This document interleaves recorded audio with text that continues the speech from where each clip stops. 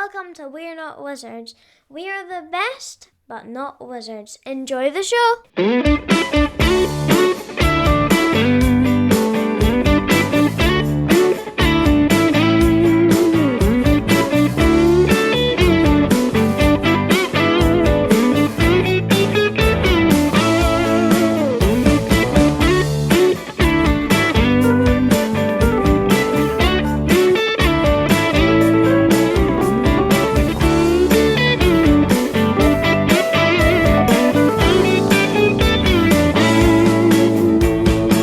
Welcome to another episode of We're Not Wizards. My name's Richard. I'll be your host for May. It's May. And we could do a Star Wars joke because everybody is May the 4th, but I don't even know when this thing's going to be released. I don't even know. I have no idea. In the future, I do hear a call. I don't know if it's a call to adventure.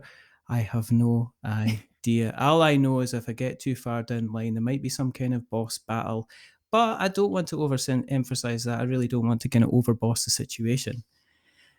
So I thought I'd get maybe a bit smart, get a bit wise, to get a bit brotherwise. So I decided I needed to speak to somebody from Brotherwise Games. So I've got Jillian Ross joining me, who literally makes sure that you hear about everything that's going on in the Brotherwise universe. Is that correct? Hello.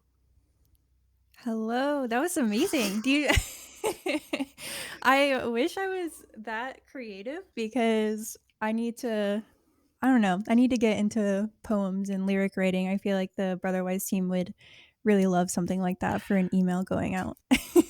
I think the problem like that is when you start doing it, and the reason that I just do it completely off the cuff, if you spend time doing it, you end up writing stuff down, and then you end up going, oh, this is rubbish, and then you scratch it out. So if I do it at the top, and if it sounds rubbish, then everybody's just going to have to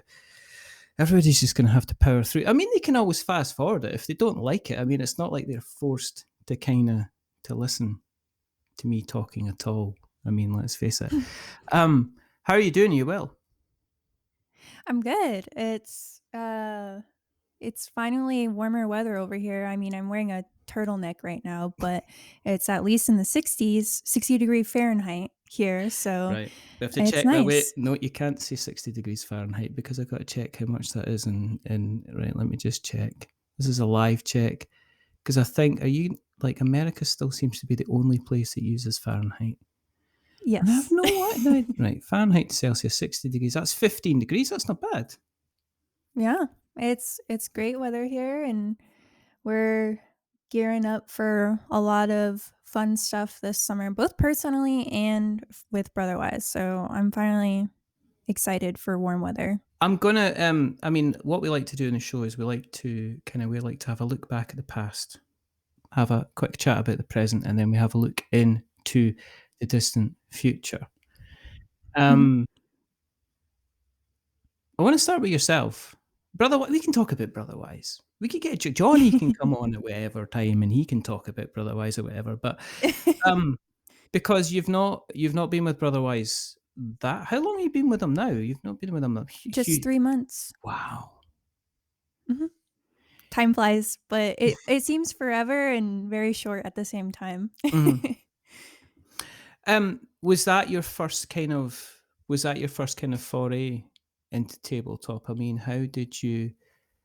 Where were you before? So I actually started in the tabletop industry in technically 2019. Okay. My brother Clay owns Capstone. Right. Okay. So yeah, so I started working with him back in the fall of 2019, right before I graduated college. I was on my last internship, but it was more of a kind of apprenticeship, so I wasn't getting paid. And he was like, well, you can get paid by just, doing shipments and working on customer service things. And then I graduated during the pandemic, and wow. I graduated with a fashion design degree, and nobody really was buying clothes at the height of the pandemic in May 2020. Sitting about in like a sleeping bag and the same jacket they've worn for like the last 3 years. It's like, That was the thing. I had a dog, which Yeah. meant my shoes were getting worn down to like nubs. Yeah. But the rest of my clothes, I just like went, do I really need to change this week? I can just get No. away with it. I can just spray on deodorant and I'm not going anywhere, so that was fine. In terms of the fashion stuff, so obviously there's different levels. So was it just like was it actual fashion design? Was it part of manufacturing stuff? Because I know, because everybody goes, oh, you work in fashion. It's like, yeah, I kind of make sure stuff gets from one place to another, or I make sure that there's enough cloth to kind of make the stuff. Or so what kind of stuff were you actually in the design kind of side of things? Yeah, so I was in the design side of things. So at my college specifically, you could do like product development, which is the more like project managing side of it. Mm-hmm. But I chose the design side, and during my time at college, I did I think 5 internships, including the Wow. apprenticeship. So um, got a lot of experience with that. But like I said, graduating in May 2020, nobody was buying clothes. Mm-hmm. So I didn't have any job prospects at the time. Mm-hmm. And I actually started working at a smoothie shop during the pandemic just because it was the only thing hiring local to us. Mm-hmm. And after about a couple of months, Clay reached out to me and was like, "Hey, I know that you do graphic design stuff on the side. Would you want to do like any print ads for me?" And then Mm-hmm.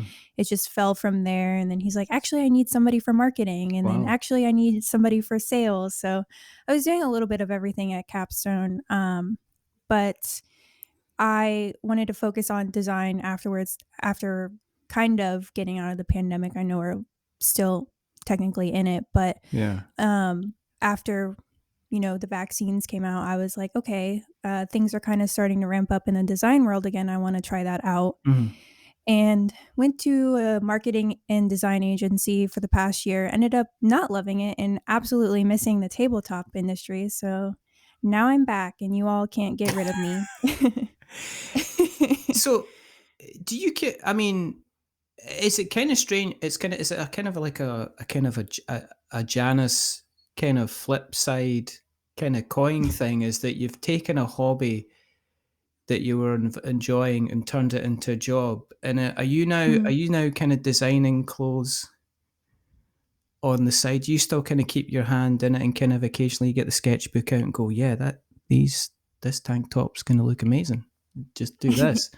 I mean, is it Yeah. become something that, because I can imagine that you don't want to kind of you have that education and that qualification behind you, so I'm guessing that it's something that you kind of want to keep a kind of a Mhm. hand in. You obviously have an interest in it from which is probably one of the reasons that you went to college in the first place. Yeah. There was actually quite a long time. For a couple of months, I was feeling super guilty Mm-hmm. when I started at Brotherwise because I was like, I'm not utilizing my degree. Mm-hmm. But I learned that after burnout, like it was just creative burnout and then just not enjoying myself in the fashion industry were two separate things I was dealing with before starting at Brotherwise. Yeah. And I was like feeling guilty for not using my fashion degree. And I was like, well, I can just do this on the side and be happy with what I'm doing. So, like, for example, right now I'm working on like tailoring my clothes Mm-hmm. just for fun, Mm-hmm. or like buying clothes at thrift stores and like making sure that they fit me, or just like adding like a personal detail to it. Just stuff like that. Or just tailoring my friend's clothes. I've offered a friend to make her like a nice little corset or belt for the Ren Fair that she's going to. So just small little projects like that. I don't want to make it into a big thing and ultimately lose my love for it. I was going to imagine it's like, again, flipping it on its head. Are you going to start like a YouTube channel where you review clothes? And is it going to be like, I mean, is there Facebook groups that are kind of like fashion reviewers and media kind of groups that you have to go in and say, hey, I'm looking at, I would like to review this, or I'd like to help you design this. I'm just wondering if there's like that kind of, because there's bound to be people who, like, well, you can see them all the time on kind of like on Twitter and well, probably more kind of TikTok and Instagram kind of going, I got this new set of clothes from this place, you can buy it with this discount. And I'm wondering, the tabletop industry probably isn't much different from people who get involved in kind of like a hobby and media basis, and there probably is all the same kind of struggles kind of going on. So have you ventured into kind of thinking, actually, the next time I go to like a con, I might consider kind of doing a little kind of cosplay type thing, not like a full big costume, but just kind of like, I'm gonna take along some stuff and kind of pimp it out a bit to kind of keep in my line with the kind of the Brotherwise brand then. I was thinking about it. So there's like so many different levels of cosplay. And I'm the type of person where it's going to be really hard for me to do just like closet cosplay, which is just like grabbing things out of your closet Yeah. that look similar to the character. Yeah. I want to go all out all the time. So I feel like if I were to ever get into cosplay, um, I would probably spend a little bit too much time into it and getting into those nitty gritty details. So I don't know. It really depends. So you're not going to be like, if you're taking like say the Call to Adventure box, it's like you wouldn't be the person with the cape and the lantern. You'd literally be the dragon on the front of the box. That's kind of where you would take this kind of thing. It's like, no, I'm Yes. not obsessed with this particular kind of thing at all. I take it, is the fashion industry as kind of cutthroat and horrible as Meryl Streep made it out to be in The Devil Yes. Wears Prada? Because I mean, that I kind of, there's two films. I think one of them's Bridesmaids, and I've actually counted up the number of times I've seen Bridesmaids, and I've seen Bridesmaids more than I've seen The Empire Strikes Back now. Because it's one of those films that whenever it's on, I just watch it. And it's the same kind of it's the same with The Devil Wears Prada. There's a lot of really, I don't know. It's just one of these things, if I see it, it's like there's little clips that seem to float about kind of the internet. And Yeah. I kind of like kind of how Meryl Streep's character kind of looks kind of like in that. As it kind of like the powerful. I just wonder, you're absolutely horrible at the same time. You're absolutely horrible. And I'm just wondering, from that perspective, was Meryl method acting in that film, or was she kind of pretty much kind of close to how it kind of is?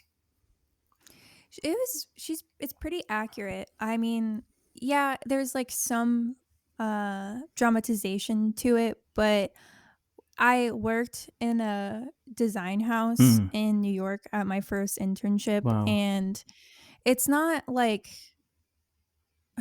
I don't know, it's very stigmatized for a reason. Yeah. And it's just like, I specifically remember the design house that I worked for, the CEO or the owner of it, and I'm scared to say the name because I don't want this to bite me in the butt. No. But I remember during my first internship, we were staying late and we ordered Chipotle because we were hand sewing shoulder pads into a blazer, and it was like 11 p.m. Chipotle was the only thing open. Wow. The owner of the design house walks in and she goes, "What are you eating?" And we were like, "Chipotle." And she's like, "I've literally never heard of that." And like, mind you, this is not when Chipotle is new. This is in like 2016, 2017. Right. And I was like, "Oh, it's just like build your own Mexican food bowl type of thing." And she was like, "It looks disgusting." And then just like walked out, and we were like, "Okay." I don't know what to do with that information, but I think okay. I think in that situation, what you do is you take, knowing that you were on an internship and it was going to be a limited amount of time, you take some of that and you kind of hide it in kind of like the ceiling gaps, the spaces. You push one of the tiles to one side, and then you just stick a whole pile of it on the top. And then in 6 months' time, they'll definitely know. They'll definitely know what Chipotle is. and surprisingly enough, it will be disgusting. At the kind of the same time. But you're quite obviously then you went from Cap. So was it strange kind of working for your brother then? Yeah. So it was definitely different because Clay is about he's almost 10 years older than me. Wow. Uh, so I've always looked up to him as the older brother who's super cool. Physically And as well, I guess. yeah, physically as well, because he's also like we're both tall people, but Yeah. he's a tall guy. He's like 6'3" or Wow. something. And so yes, I was quite literally physically looking up to him too, but just like working with him and seeing him in this like new light and new world was like really cool. Yeah. Um and he was just like super supportive in a lot of things that I did, and I had a blast working for him, and it was really fun. So yeah, I'll always speak highly of him, even though we had disagreements at time, but it was brother sister disagreements. Did he ever threaten when things got a bit serious? He says like, that's it, I'm calling the parents. No, because we have an inside joke with our family that my dad is like such a businessman Mm. that he was like, I think dad would always have my back if I called him. So I was like, okay, whatever, we can You just just figure it out imagine. It's like ourselves. you call dad. You call him. Let's see how this kind of figure. Let's see how this kind of figures out. But it must have been interesting seeing Clay with kind of like the business head and kind of, not mucking about, or like Mhm, saying, all right, well, we're going to print this, I've got to get this organized, I've got to get that kind of files mhm. organized. At the same time, I guess, see, with Clay being obviously involved in the board game space, did that mean that your exposure to playing kind of games themselves, was that always something that was kind of there? Was tabletop always kind of in the background, or is it something that you've relatively kind of newly kind of dipped into? Yeah, we've always been into board games. Mm. I mean, some of my earliest memories with so I have 3 older brothers. With my brothers is we would play Legos and have our own like Lego squares, and we'd create our own like board games on our spaces Mm-hmm. and like pitch them to each other, weirdly enough. And so we've always been really into gaming, Mm. whether it's video games or whether it's D&D or just anything quote unquote geeky in general. So it's always been a part of my life. But it really rocked my world when Clay started Capstone, because that's when he introduced us to like Catan and just like Carcassonne and just those gateway games. Yeah.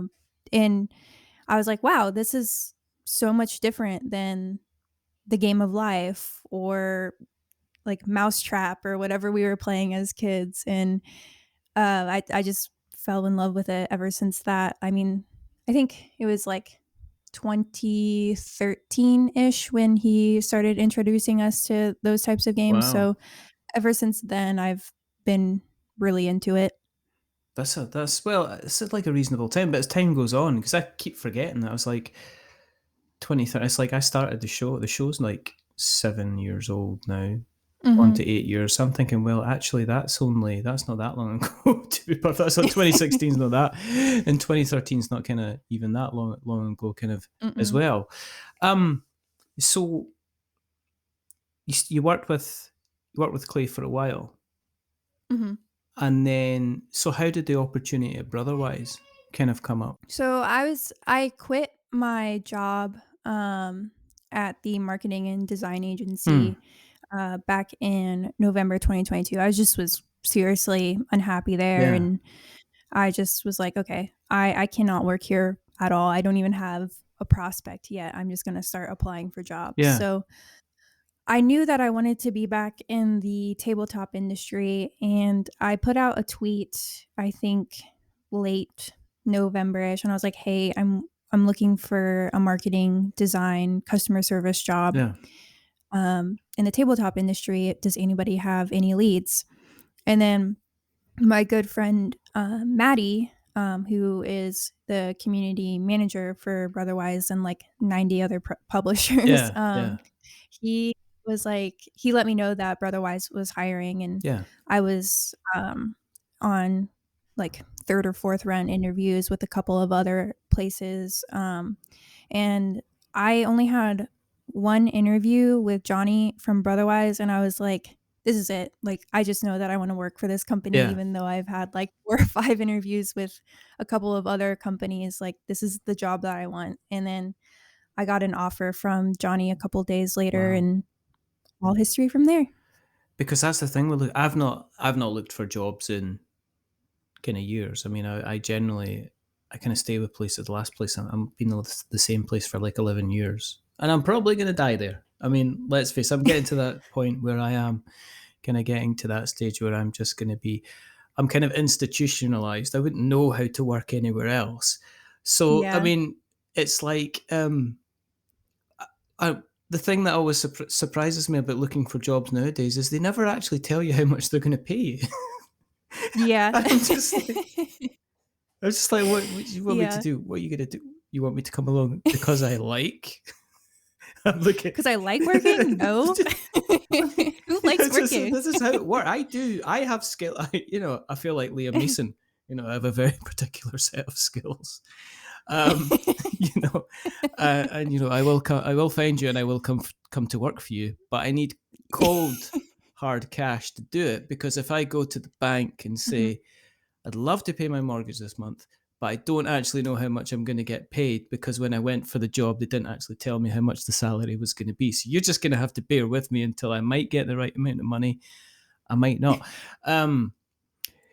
So that always kind of surprised. It's kind of like, and also, did you, when you were going through, I know it's been like, it's obviously been only like six months or something like that, probably since you started the process. Did they make you go through like 3 or 4 job interviews now before they actually even tell you if they kind of? Yeah. So 2 companies. Yeah. So like one company, I went through, I think, 5 interviews. And one of them, it was like an interview day. So I did 2 interviews, Wow. one with a recruiter, one with the person that would be my boss. And then I did an interview day, which took about 4.5 hours, where I was interviewed by a lot of different people.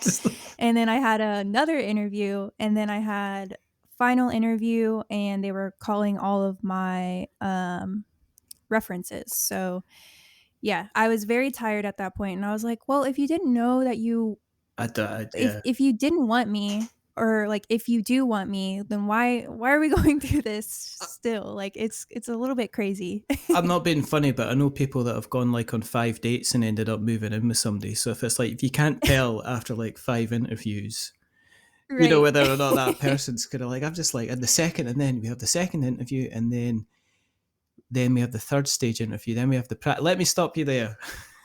Yeah, and it's like you have to do like a project sometimes, and like submit paperwork, and like do this reference dance, and I'm just like, ugh, I have a very, guys. very small social battery, and my interview battery is even smaller. It's like Yep. it's like when you go out to like get a game night, and it's like you get like 3 or 4 hours of solid kind of, hey, how you doing, kind of thing. Mm-hmm. And then by the end of the night, I come home and I'm like, oh, I'm socially exhausted. It's the same. My interview battery is even smaller.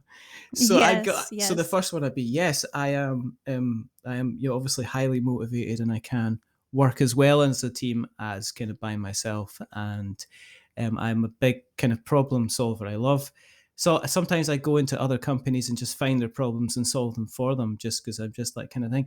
But the second interview, if it's like the second or third interview, I'd be like, just going, what Yeah, do like, you what more do you want? need to know? What do you want from me? And I think now probably what I'd do is I'd just say, look, listen to these 5 episodes of this podcast I do. If you don't think, and there's no way, I think that would probably be a bad thing. I think if anybody kind of listened to this show and they went, no, he's not getting a job, he's just an idiot.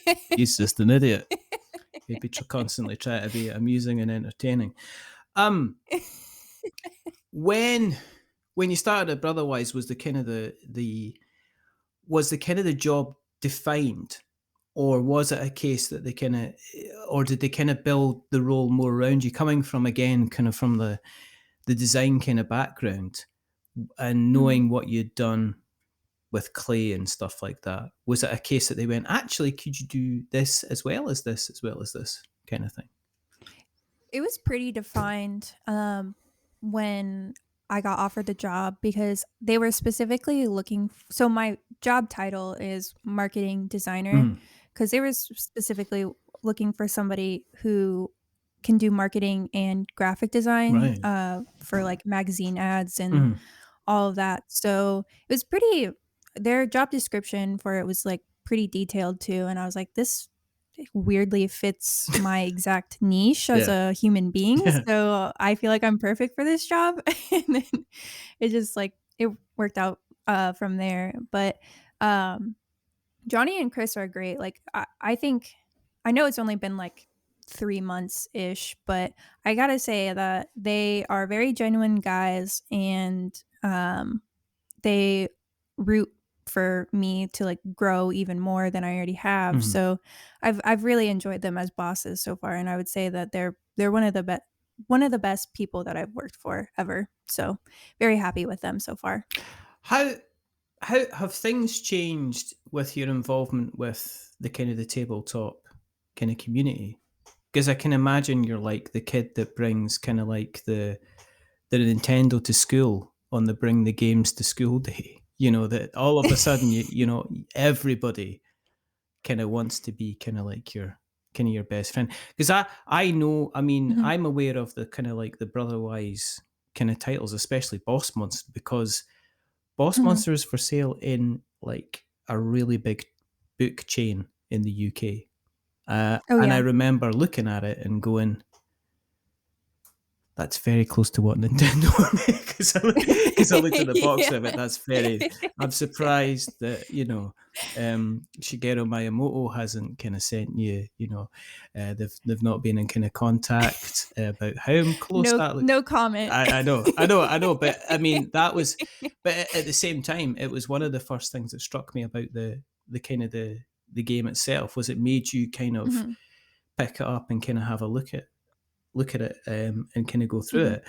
Um, but was it kind of what was it like kind of entering into the space where it is very kind of hands on and there's a lot of communication going on and there's kind of like there's a mixture between there's fewer people that do the media stuff on a professional basis and there's a lot more people mhm, that do it on kind of like almost like a semi-professional almost amateur basis. So what was it mhm. like being kind of I guess kind of put into that kind of situation? Yeah, so luckily, so when I first started at Capstone, like there was a bunch of new things that I had to learn. Um, that the specifically because the community is very niche Mm, and there's a lot of different things going on at all yeah. times and it's very fast paced. I mean, the fashion industry was pretty fast paced, but tabletop is just as fast paced with as many products coming out, as many, podcasts there are, as many, content creators there are, as many, marketers there are. There's a bunch of people to know in the industry. Mhm. Um, Luckily, I had Danny Lowe, who was working at Pandasaurus at the time. She used to live in Columbus, which is where I live in Yeah. Ohio. Um, and she met up with me and she and I talked for about 2 hours. Well, it was more me talking her ear off with all my concerns, and she just sat and listened. But she really helped me out and get a start in the industry and, form those relationships with a bunch of different people and helped me through that. So I do owe a lot to her and like thank her like almost every single day for that. But yeah, she helped me out a lot with, Is is getting introduced to is it. she now working? Is it Hashi? Is she now working for It's Hachette, yeah. Hachette? Yeah, she's working for them on the Mhm. US version. Mhm. Because I Yes. know I know the general manager of the UK Hashi, Oh, but nice. Awesome. so that's kind of cool. Um, so what's your job? I mean, how involved with the community are you kind of now then? I'm pretty involved. Like I do all media relations, Hmm. like You said you got that from me earlier today about like press I'm not allowed relations to and talk whatnot. about that email. Yeah. You can't Super say secret, top there secret was no email. email.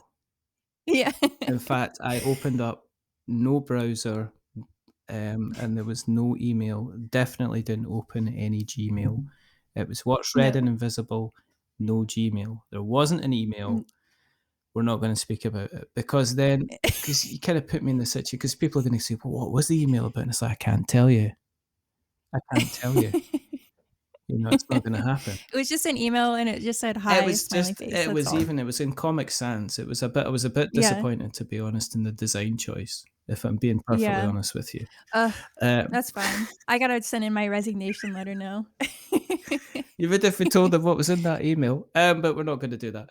Um, but then, but you're kind of, so you're saying you're communicating. So do you deal with the kind of the various media partners as well as kind of like, are you dealing with kind of like any kind of the kind of the actual gamers, the players as well?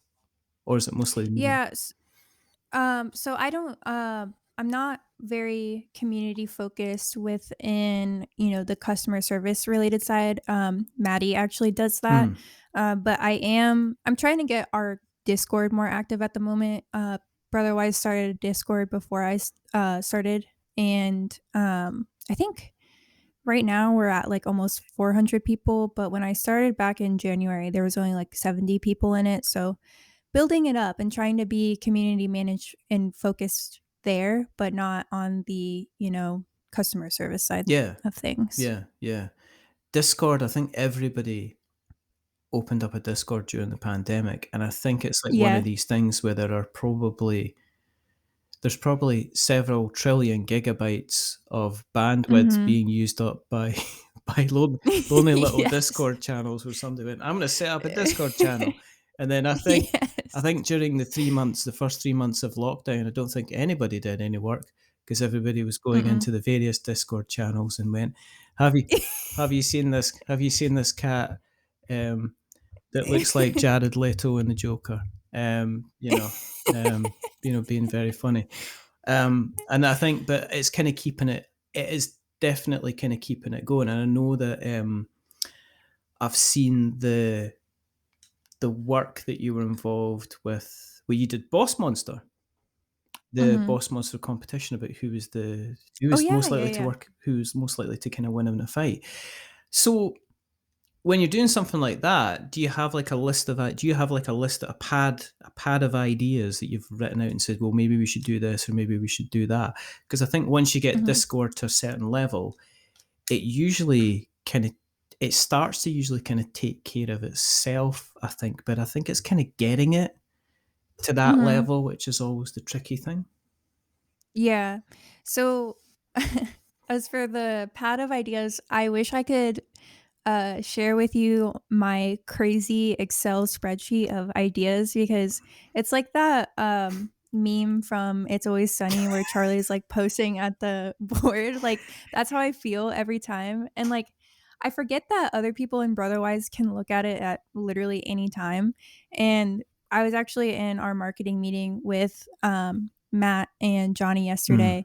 And on one of the days, I like wrote out this idea and I was like, "Probably don't post though." And Johnny was like, "Why did you put that there?" I was like, "Oh, I don't know. It's just a little note just in case."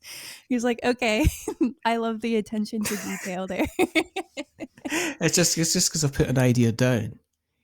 It's like I'm not putting the idea down because it's a good idea. I'm putting the idea down because there is a point I'll be struggling for ideas, and if I keep all the ideas in my head, there's potentiality that I'll Mhm. just go, "Oh my goodness, I'll just use this one." What's your favorite way of stealing out your local shop kind of thing? In your if you were treating it like a dungeon, it's like, "Oh no, I'm gonna get fired now." Um, Yeah. so it's difficult to kind of get, yeah. I mean, it's kind of difficult to kind of get the ideas. As I say, I think off the back of that, the kind of the we're in a funny time with, I think, kind of communication, because I think there's the whole kind of Mel and Tusk and his amazing Twitter kind of going on. The Mhm. guy's just like, I don't know, like make everybody pay for everything, lets everybody pay per tweet. Yeah. And then I think and then some people have like moved away. So I think in general communication's been a kind of bit of fractured. I'm a member of some really, really lovely kind of Discord communities that you go in again and again and again, and you're always kind of chatting away with people, and it's kind of pretty kind of good. Mm-hmm. In terms of then you managing relationships with kind of content creators and stuff like this, Mm-hmm. is that something you've just started doing? Do you have to build up a list? I can imagine that a list of content creators in relation to board games is literally like, it's a big scroll down an Excel spreadsheet. Like, it's Mm-hmm. huge. Yeah. It's really a lot. And I try to, with how many people are out there, I try to give everybody equal attention, because like obviously there's like the big hitters out there who have been around forever, like Watch It Played, and I'm like, would love to do a sponsored video with you, but I also want to send this to, just somebody who started out, because you never know when they're going to get their big break and become the next big name. So um but yes, I was lucky at both Capstone and Brotherwise that they had a pre-built list. But when I started, I put out a tweet on the Brotherwise account, and I think on Instagram story or something, asking if people wanted to sign up for our content creation list in case they already haven't. And we actually got quite a few people sign up for that, adding to our forever long list. And I started to build relationships with them too, people that I haven't worked with specifically at Capstone. So there is a lot of mental fortitude I think you need to keep up with everybody. Um, and but the thing is, I love it though, because you get to just meet all these different people and talk to them about board games, which I can't complain about too much because it's pretty fun. Yeah, yeah. Is it? Is there a way? See, this is because normally okay. So normally when I'm speaking to people, they've designed the game, Mhm. and I do speak. It's a very occasionally I speak to kind of people like yourself who are out there, kind of like building the relationships. So, Mhm. do you have kind of like certain? I mean, you have a list of people that we need to get these out, and I appreciate you've got your kind of like your watch it played. You got your watch it played crew. You've got guys like Mhm. Rado out there. You've got the Dice Mhm. Tower. People like Mhm. that they kind of they kind of go ahead and you kind of say, well, we've got to give you something because we know that it'll hit other people. But Mhm. is there a general criteria that you kind of look for or work towards? Because I go on the board game media and reviewers group, and I see a lot of Mhm. people kind of saying, oh, well, we do Instagram photos, and I'm Mhm. wondering where that kind of sticks in, kind of like, is somebody who's, because Instagram's very, it's insta, oh my goodness, is that why they called it Instagram? It's very instant, but it's not very, kind of, you can disappear. I mean, a post will be there for so long, and a post can be very, very popular, but unless you scroll Mhm. back through somebody's kind of feed, I could post about, here's some amazing kind of stuff about Call to Adventure, but then Mhm. next week, unless you were following me, you'd probably kind of find out going. So when you're looking for people covering your games, do you look at things like how permanent kind of like the content Mhm. kind of is, whether it's like a video Yeah. or written content or stuff like that? Yeah, for sure. Because like the new hype, or like the newish hype right now, is Twitch streams, which, Mm, from a marketing and publisher perspective, it's difficult to push money that way because it's so temporary unless they upload the videos to YouTube. yeah, But the thing with Twitch is, the communities there amazing. Like yeah, the instant interactions, instant questions answered. just interacting with people who might not be super familiar with your games and being able to talk to them about it right then and there. Yeah. Super cool. Unless VODs are uploaded to YouTube, it's just very temporary though. So it's kind of like high risk, high reward there. Yeah. But usually it has worked for us. But for other things like written and Instagram, it's kind of the same with like overview videos, unless you're directly linking them onto your product page. Usually people will only see it for a certain amount of time, unless it's a how to play video or rules instruction. Yeah. I mean, I think some people want kind of like a how to play video. I mean, I must admit, there's people who reviews I watch because it guaranteed they get grumpy about a game. And you know who you are. But it's like Yeah. I've actually shown it to a couple of my kids and went, look how grumpy this person gets about this game. Let's look at the chapter reminders and go, and here's the positives, 2 minutes, and here's all the things I don't like, hour and a half. And Yeah. and it kind of, it's like good fun because it's like, why are you playing?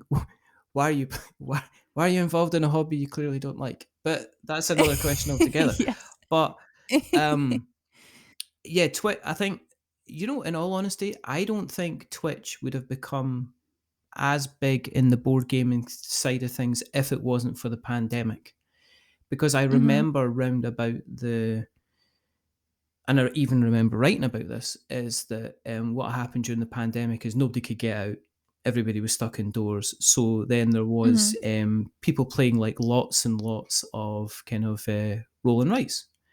I remember, I think it was Suzanne Sheldon, running basically, here's a whole load of roll and write kind of stuff. There was a lot of, like, they did the salt and sass kind of stuff. I remember them doing a lot of Twitch streams. I remember Ross at More Games Please, before he joined, I think it's North Star he's at, but he was doing kind of like regular kind of streams with kind of, again, it was kind of like roll and writes. I remember Monique, they were doing kind of, again, it was kind of like, let's do kind of like big roll and write sessions. But Yeah. do I watch Twitch stuff now? I don't watch it as much as I used to, and that's across the board. But then I guess the other side of it is I'm kind of not having to live my board game life vicariously through kind of other people, so I can see it. But I do see some people that, like, that's what they do. They just, they chill out rather than put Netflix on. They'll sit and watch like a kind of a Twitch stream.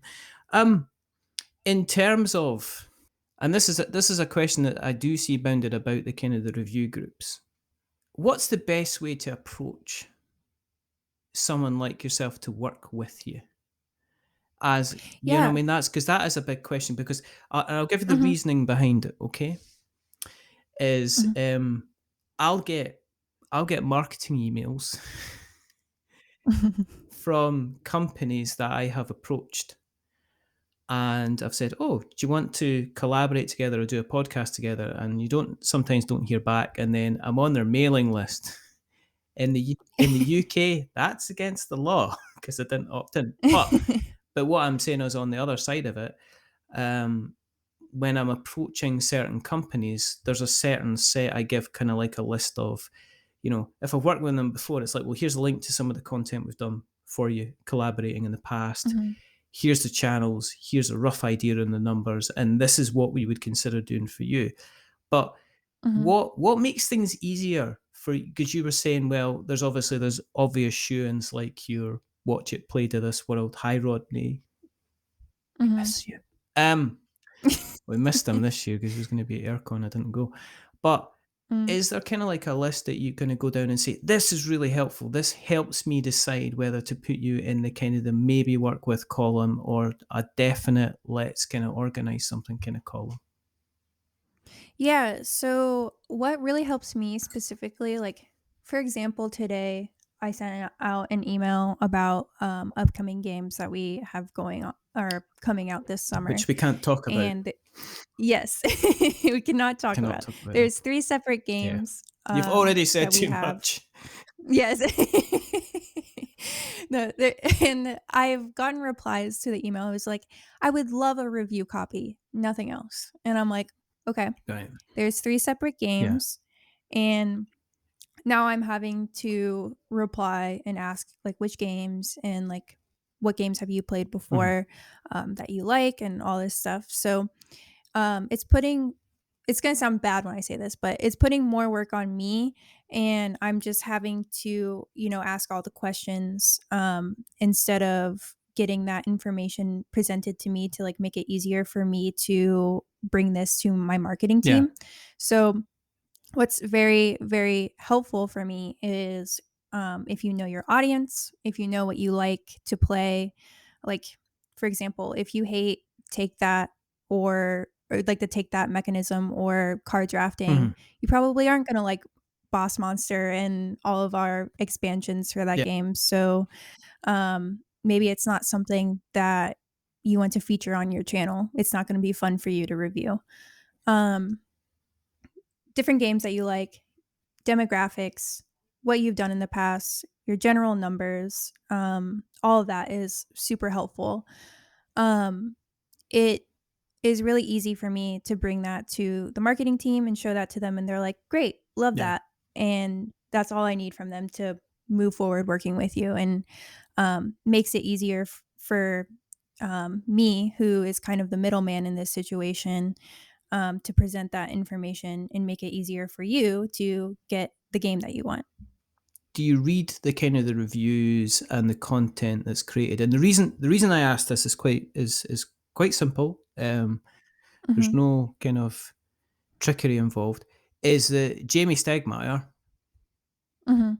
Um, he categorically states that he doesn't read the reviews that people put out about his products. Now, I'm wondering if that is kind of like, is that something you guys do, or are you just, um, what do you do when somebody creates content? Do you have a plan of action? Do you share certain things? Do you kind of review it? Because that's another, okay. That's another, that is like, as we talk, us content creators, we talk. I'm not putting you on the spot or anything, and Mhm. this has nothing to do with you, but one of the most frustrating things for anybody that's created kind of media, and people could say, well, what are you complaining about? You're getting a free game. And it's like, yeah, but I got to play it. I've got to think about it. I've got to write about it. I've got to make a Mhm. video. I've got to edit that. Then I've got to put it out into my audience. Um, Mhm. do you have then a strategy? Say if I did a review of like Call to Adventure Epic Origins, right? If I then Mhm. send you the link, do you guys have like a marketing strategy where you say, okay, we'll look at it, and then depending on how we feel about the content, we will post it in certain places, or we'll say thank you and we'll just kind of share it. Do you kind of have a strategy for doing that at all? Yeah. So I like to share as much as I can because personally, I do my own version of content Hmm. creation, which is being streaming on Twitch and posting videos on YouTube. So I know the labor of love that it can be to create things. So for personal reasons, I definitely want to, retweet, Yeah. share, post it on our product pages as much as possible, just so people can get informed on our products. And, if someone is posting an Instagram photo of their very first copy of Boss Monster, even though this is a game that we've had for forever, I'm always going to share it because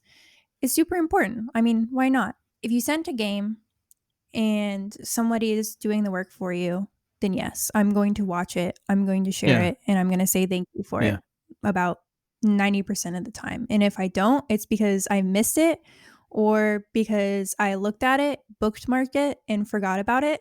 And I'm a Yeah. horrible person for that. So, No, I don't think, I think it's just, and that's going to sound like a grumpy old ungrateful fool, but I think it is just sometimes, I think, frustrating when Mhm.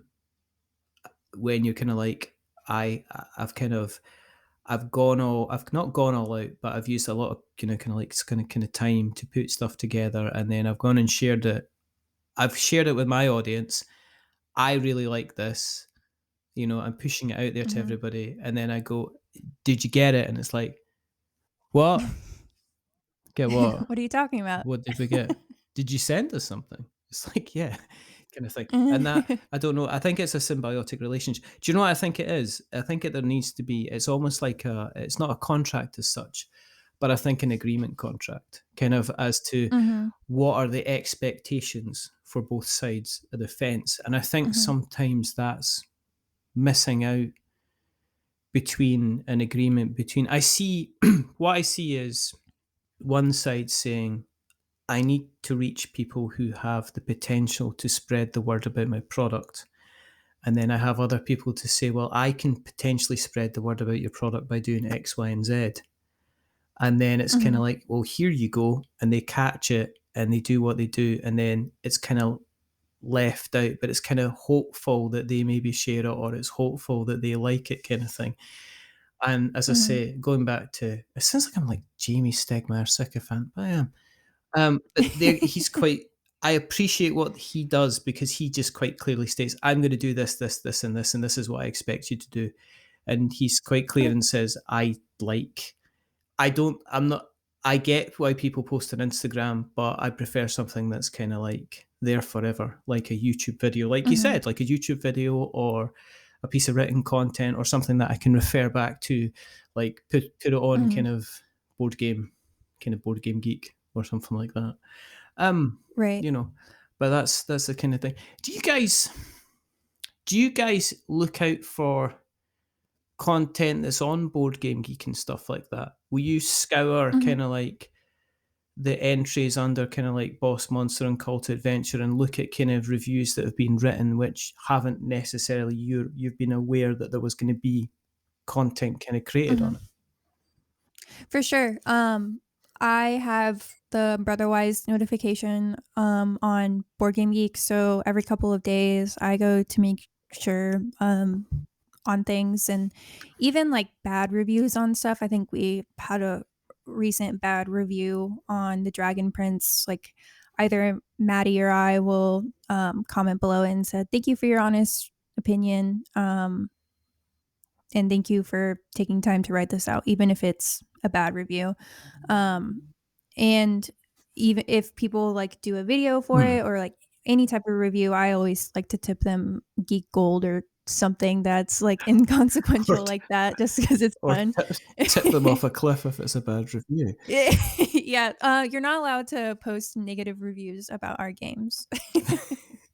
That you can't say that. But on the same time of it, does it matter?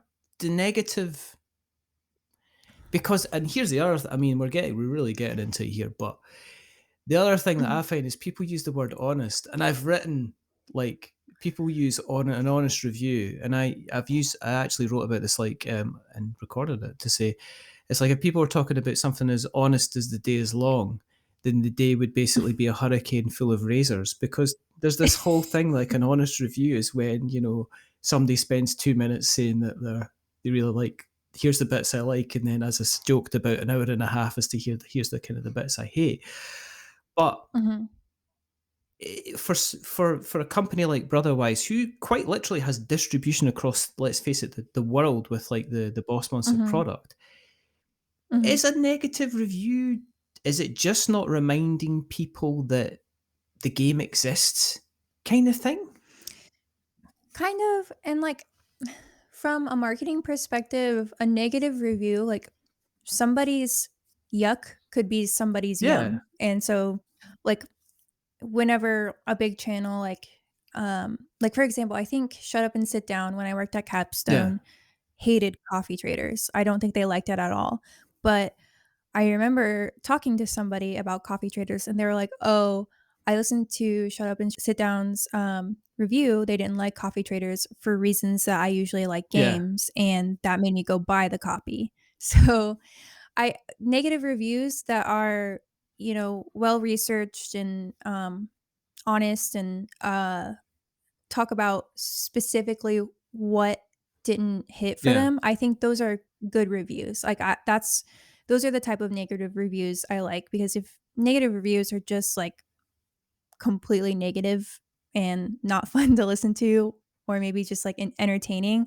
I think there might have been just like a lack of understanding there, and just something else just hit the mark for them. So negative reviews that are honest, thumbs up in my Yeah, book. negative reviews that just like it's just somebody like putting the stuff down, then flipping the table and going, "This is rubbish," and then just walking off. We Yeah. don't want that. But no, I mean, when I write, I don't. It's not negative reviews. I've written reviews in the past where I've just went, "Nah, this didn't work for me at all." But I can, and it's not Mhm, even a case I can see why other people might like it. It was just like, well, this didn't work for me at all, but this is why I did. This is the things that didn't work for me, and it's really mhm, funny. It's a game that I played with my son, um, and my son really liked it. They thought it was really really good fun. I didn't like it because I was expecting kind of something else. But then when I wrote it in the mhm, review, the company that sent me it said, yeah, well, it's funnily enough, it's not made for late 40-year-old grumpy kind of Scotsman. It's actually made for, kind of kids round about the ages of kind of like 8 to 12 kind of thing. So that kind of, so I mhm. get where you're coming from. And to be perfectly honest, if Shut Up and Sit Down gets sent so many games, I think even the premise of them kind of spending the time to make a video and talk about your game, I think that Mhm. probably would have had, like you said, there would have probably been people who would have watched the review and went, "That's everything that I want about a game." Yeah. I know that when I think no pun included, when Efka's talked about games that he doesn't like, I have seen comments under the Mhm. videos to say, "Yeah, well, I really kind of like that about the game, so that's why I kind of Yeah. enjoy it, or that's why I'm kind of considering because it's like Yeah. this obvious kind of thing for that." Right. Um, Is there now you're working at a game now you're at a games company, like in a and it's not having to go, leave me alone, Clay, try to get work done. Yeah. How is there kind of like ideas for games that you're considering yourself? Like designing games Yeah. for I joke about it. Like, I think I tweeted on my personal account like a couple weeks ago. I had a dream about this weird dexterity game that was like way too similar to cornhole Mm, basically, and um I like tweeted about it, and then I was like, Johnny, you need to put me in our Thursday development meetings because our development lead Chris and Johnny have development yeah. meetings for games that they are designing every Thursday. And he was like, wait, you should seriously do this and do your own game design. And I'm like, ugh, I do not have the patience for it. Like maybe in the future, but not now. It's kind of funny the number of game designers that literally they treat marketing like the call to adventure dragon. They're Yeah. literally kind of like, it's like I've been designing games for like the last 15 years, but don't expect me to try and compose a tweet because I just swear at everybody when I do, kind of thing. Yeah. So it's kind of interesting. You're kind of like, no, I just want to do the marketing. I don't want to, I, Yeah. I don't, It's like complete like, it's like, I'm opposite. kind of nerd Well, adjacent at the moment. I don't want to go kind of yeah. like full nerd here, if Yeah. that's okay with you, you know? Yeah. Well, like the weird thing is like at Capstone, I we would have like Zoom calls with Alexander Pfister with his games, Mm. and I'd be like, "Oh, like do you want to do anything specific for it, or like is there anything that's special about this game?" And he's like, "No, I just appreciate you even asking and wanting to market this game." Wow. And I was like, "Yeah. Like why would I not? You're Alexander Pfister." So But it's the same kind of thing. I mean, in my yeah. last 7 years, I mean, and I have interviewed like hundreds of people now, and nobody's stopped me yet. But it is amazing the number of people that have amazing, brilliant, good ideas, and then they're Mhm. literally contacting me and they're saying, "I'd like to come onto your show to talk about our Kickstarter." It's like, great. When's the campaign running? We're in our third week. I have Oh no idea what I'm no. doing. Help, kind of thing. And I have been in that kind of situation where the type of mind that goes that can analytically put together like a spreadsheet on kind of statistics and and things like that, has no idea Mhm. how to like put together a kind of a kind of an email to just tell people Mhm. about, or put a post about how to put stuff together, or Mhm.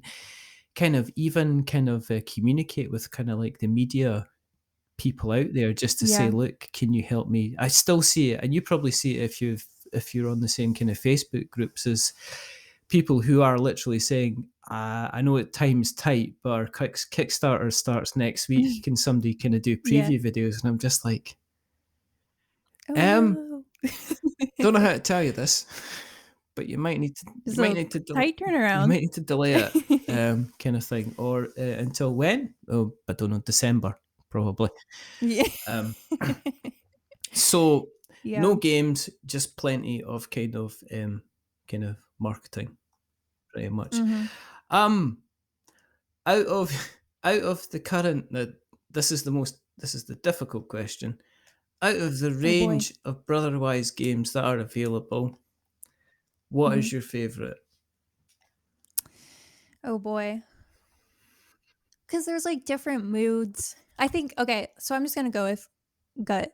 I'm gonna say Overboss Okay. just because it has that perfect amount of nostalgia, and I just I love tile laying games, and it just really hits for me every time we play it, and it's easy to get to the table with my friends. But I would have to say a very close second is Call to Adventure Epic Origins. Just really fun. Did you was that like part of your induction? You know how when you start your first week at a job, and it's like, here's your laptop, and here's your notepad, and here's your pen, and Mhm. here's our entire back catalogue of cardboard. It's like, thanks. I was taking. I decided to take the subway to come to work now. Now I've got to get home with literally like, you know, a 300 kilograms of cardboard on me, kind of thing. Yes. Is that what did you get? Yes. Kind of like the back catalogue kind of given? I guess you would if it was your job, so you could understand kind of like the game. Uh-huh. So, I think my second week working here, Chris asked for my address, and then about a week later, I got 2 huge boxes full of every single Brotherwise product, including, like, card sleeves and, like, neoprene mats and all of that, and so I have a picture of it on my, kitchen table of every single Wow, game, and I, like, tried to stack it beautifully to take a picture, but I'm like, "There's just too many games here."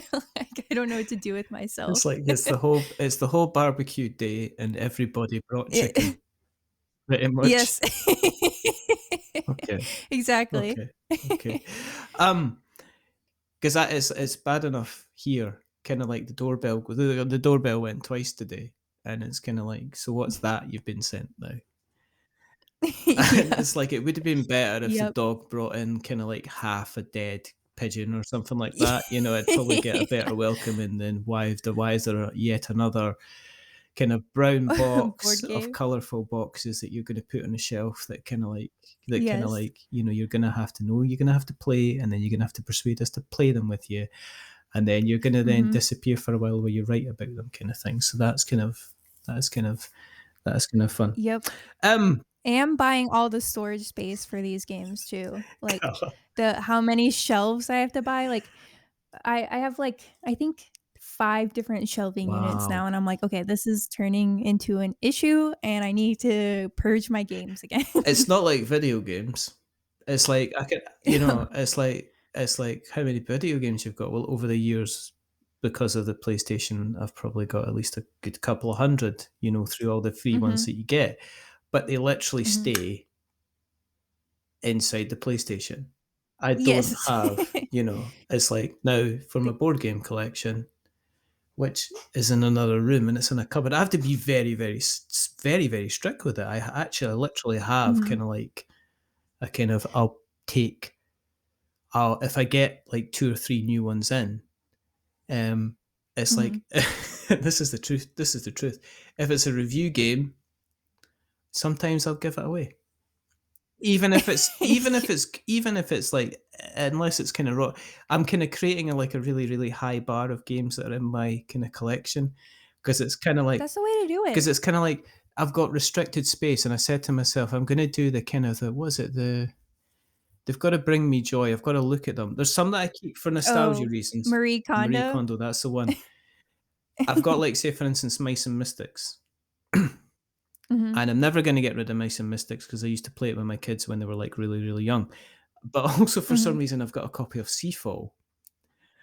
And even though it's a huge, big, bulky box, I'm holding on to this copy of Seafall because I'm an idiot. But it takes up a lot of space, and I've actually, literally, I could probably get 2 other kind of games, you know. Yeah. Yeah. But yeah, that's fine. If people have listened along tonight and they want to keep an eye or an ear or whatever on what you guys get up to at Brotherwise and even your good self, where do you exist on the internet webs? Where can we find you? Yeah, so Brotherwise you can find on Twitter, Instagram, Facebook, and you can subscribe to our mailing list at brotherwisegames.com. Go follow us on TikTok because I've been really working hard on our TikTok, and I'm proud of the video content I'm putting out, and I'm spending way too much time on it. Probably, Johnny, please don't fire me for saying that. But what we'll do is we'll make sure that we put all the links in the show notes so that we have got notes to show. If you want to keep an eye on, what we're up to, then go to the internet webs and search for We're Not Wizards, and you shall find us in all the different various places. If you like to read writing, if you like to read writing and talk English, go to We're Not Wizards tabletop.com. If you like to listen to any of the podcasts, go to we'renotwizards.com. And I also record the reviews that I write. So if you don't want to bother reading the writing that I've written, but you do want to listen to the writing that I've read, then you can listen to them on the podcast feed. But you can find us on Instagram and Twitter and all these, like, wonderful places. If you've listened along tonight and you've had fun, tell somebody else about us. That's one of the ways that we grow and reach out to more people. If you are a designer, developer, marketer, or just like say, look, I just want to come on to a podcast and talk to somebody to air my grievances or bring joy, then get in contact with us. The email address is magic@wearenotwizards. I am aware of the irony of the email address. That's why I chose it. And if you have enjoyed what you've listened to, go to Apple Podcasts, give us a rating or a review. And as we say, it's 7 years. It's still the same old joke. I'm not going to change it. If you like what you've listened to, go to the Apple Podcasts, don't give us 10 stars because that'll make us big-headed. But at the same time, don't give us 1 star because it'll make us cry. Give us something in the middle, like a 5, because it's average. We're just a little bit average. But the person who's not being average is rather wonderful, rather fantastic, Jillian Ross. Yeah, thank you for having me on. There's only 2 more things to do. The first thing is to remember that we're many things, but we're not wizards. Are we wizards, Jillian? We are not. And because everybody else is saying, well, maybe. If you'd listened to the last, I've been steadily frustrated by the number of people who don't understand the entire premise of the show. And the second thing is to say goodbye. So it's a goodbye from Jillian. Say goodbye, Jillian. Bye, everybody. Thanks for having me on. And it's a goodbye from me. Remember, stay safe, roll 6s, and just check out Brotherwise Games. Like, if you want adventures, and the Dragon Prince, actually, you've got to see the minis on these things. It's absolutely fantastic. But until the next time, goodbye. A wizard is never late.